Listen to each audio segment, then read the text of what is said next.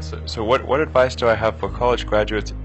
Certainly, I'd invite you to apply for a job at Solar City or Tesla or SpaceX. And if not, then if that doesn't work for whatever reason, then apply to jobs at other companies in that arena, or try starting a company. If you study engineering and you figure out how to design new things, then it's relatively easy to start a company.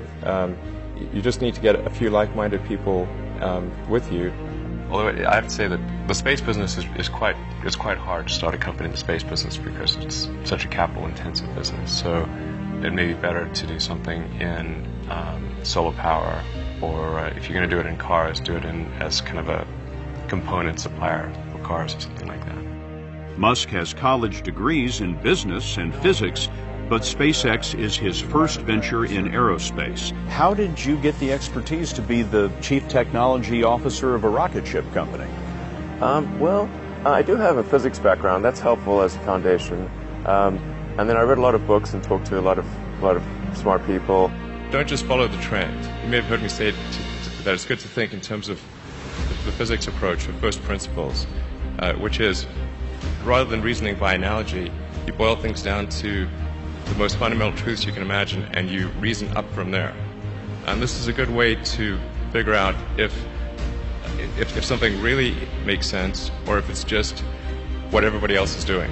It's hard to think that way. You can't think that way about everything. It takes a lot of effort. But if you're trying to do something new, it's the best way to think.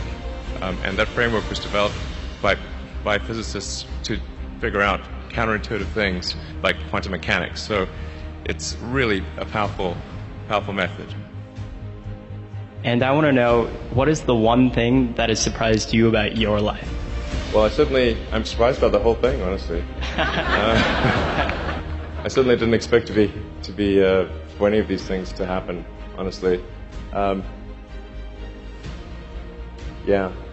I just, I knew I wanted to be involved in technology, and in fact, the only reason I started a company back in '95, an internet company, was because I couldn't get it. There were only a few internet companies, and I couldn't get a job at any of them.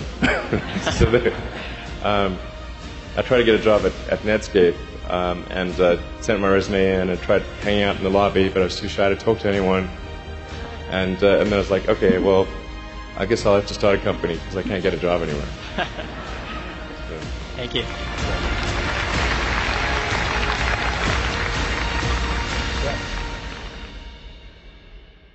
I wouldn't say I'm fearless. In fact, I think I feel fear quite strongly.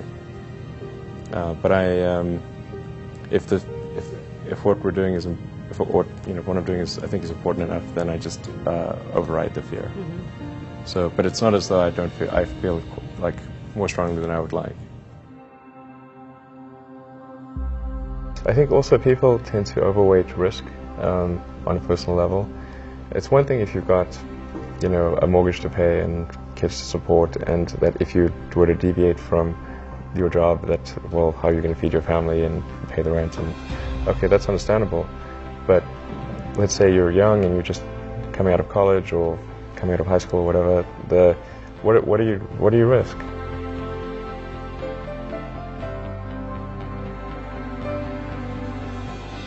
You're not going to stop. I mean, right. It's really certainly not in any kind of modern economy. It's so easy to earn enough money just to live somewhere and eat food. I don't know what are they afraid of? They're mostly afraid of failure, I think.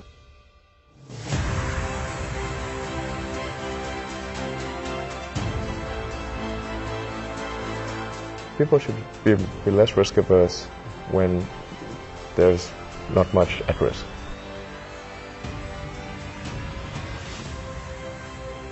What is education? Like, you're basically downloading data and algorithms into your brain, and it's actually amazingly bad in conventional education. Because it shouldn't be like this huge chore. Like, the more you can gamify the process of learning, the better.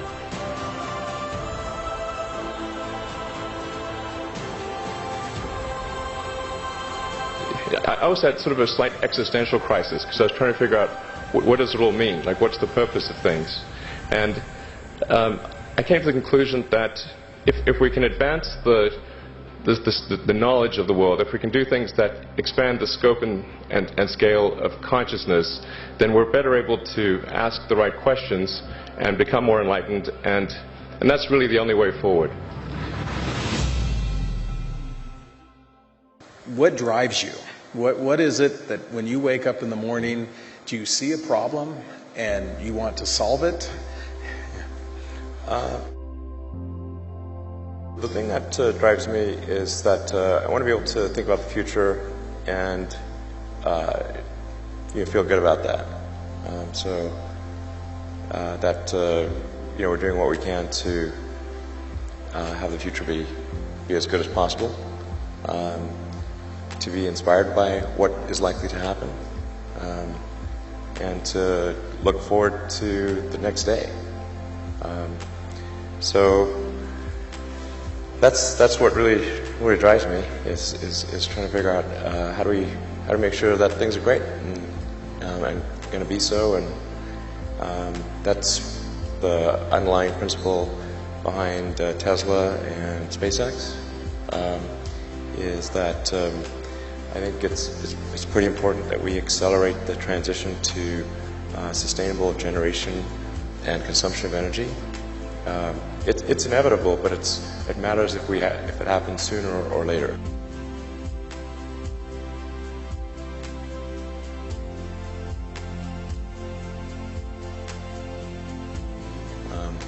And then SpaceX is about helping make life multiplanetary, and doing what we can to continue the dream of Apollo, and ultimately make a contribution to life becoming multiplanetary. Well, let's talk a little more about that. I think everyone is very interested in that when you say making life multiplanetary. Yeah, that's exciting. It is exciting. So what's your vision there? I think, particularly for Americans, like you think about America is a nation of explorers. People came here from other parts of the world. They, chose to give up the known in favor of the unknown. So I think exploration, I think the United States is a distillation of the human spirit of exploration, so that's why it appeals to Americans so much. You can see this when, say, there was a shuttle tragedy, and 7 people died, and that's terrible. But a lot of people die all the time. But why do we care so much? Because it was the dream of exploration that was dying along with those people. That's why.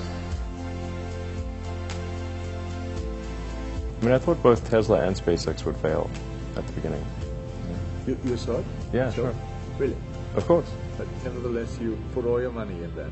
I expected to lose it. Well, technically, what I thought was, well, I'll take half the money from PayPal, and if I lose half of it, that's okay. But then, of course, the companies encounter difficulties and then have a choice of either let the company die or put, all the money into the companies. And so I really didn't want the companies to die, so I put all the money in the companies. Yeah. And then I had to borrow money from friends to pay living expenses. Yes. Just looking just for evidence of exceptional ability. And if there's a track record of exceptional achievement, then it's likely that will continue into the future.